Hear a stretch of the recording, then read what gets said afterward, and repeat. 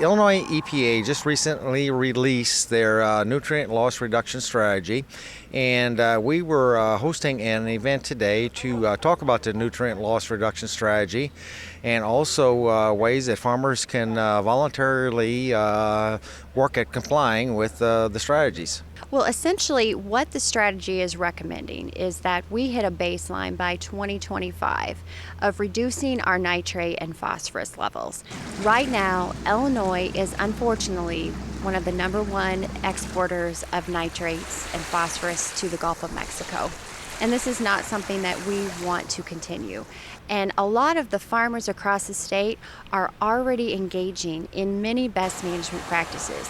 And what we're trying to motivate these producers to share with us are what they're doing so that we can start documenting those and show progress to the US EPA so that we can avoid any unnecessary regulation down the road. It's going to be a 2-year project led by Dr. Carl Williard at SIU Carbondale, and it will be gathering water quality and quantity data from various sites in the Kaskaskia River watershed, which is a very large watershed, second largest after the Illinois River watershed.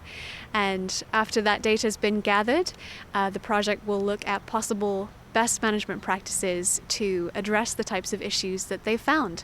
And I should also say this is an update to a study that was done almost 10 years ago. So this is going to follow the trends over time and see what's been improving and what could do better.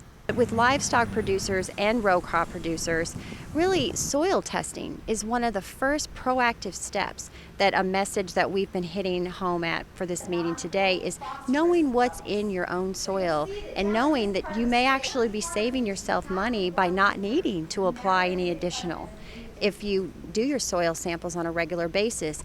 And that's really a proactive measure. Now, livestock producers, our pig farmers already have to do that as part of their nutrient management plans. Row crop farmers are not required to do that right now, but it's a practice that we're really trying to encourage so you have a better handle on what's happening on your farm. What we can do is reduce how leaky it is, and the cover crops are one way of doing that. So you keep, and if it may not be the next crop, it may be the crop after that, but it's keeping those nutrients, especially the nitrogen and the phosphorus, keeping them in the soil, so that down the road, may take 3 years, may take 5 years, you actually will have, the soil will provide more nutrients and you can get by with putting on less. We want to make sure that we're good stewards of the land, correct?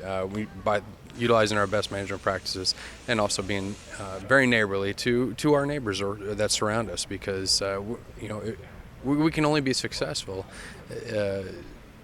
to a point where people are happy to have us around. My family, we spend time at Carlisle Lake. We do go boating on the river. I mean, we fish and whatnot too. And I feel very confident that we're doing everything we can to protect the watershed and do what's right for the environment and for the people that live here. So because I live here too.